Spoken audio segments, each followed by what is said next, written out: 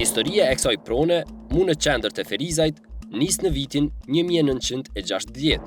Albion Sherifi thot se parcelën 314 metra katror e blen gjyshi dhe gjyshja e tij përmes një kontrate të vërtetuar në gjykatë dhe më pas edhe të regjistruar në kadastër.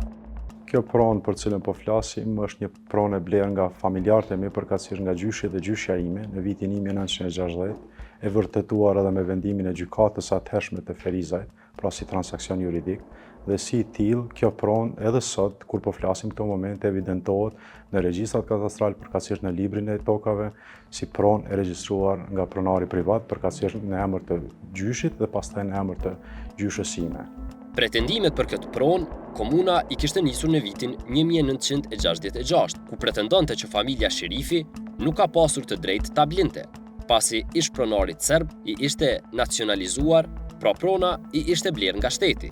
Por gjykata atë kohë kishte vërtetuar që pronari serb nuk kishte asnjë pronë që i ishte nacionalizuar. Rrjedhimisht, familja Sherifi ishte pronare legjitime.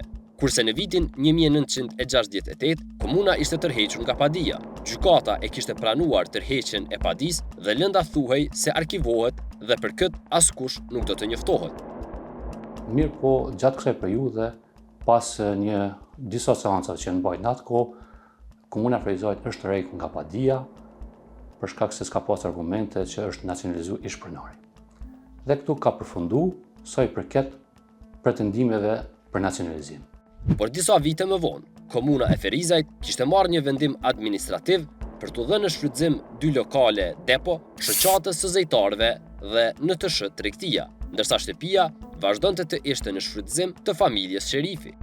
Në vitin 1969, kuvendi i komunës së Ferizajt atëherë pra, me vendimin e saj administrativ, një pjesë të kësaj prone i ka dhënë në shfrytëzim shoqatës së zejtarëve në mënyrë arbitrare, në mënyrë të kundërligjshme, por që si vendim asnjëherë nuk është zbatuar pra në regjistrat katastral që të regjistrohet si e drejtë. Dhe si e tillë, këtu pra ka hasë në pengesën fillestare dhe për këtë arsye vazhdueshëm kanë qenë domethënë procedura kontestimore, të cilat ne vazhdueshëm në rrugë administrative, në rrugë gjyqësore kemi kërkuar lirimin e kësaj prone.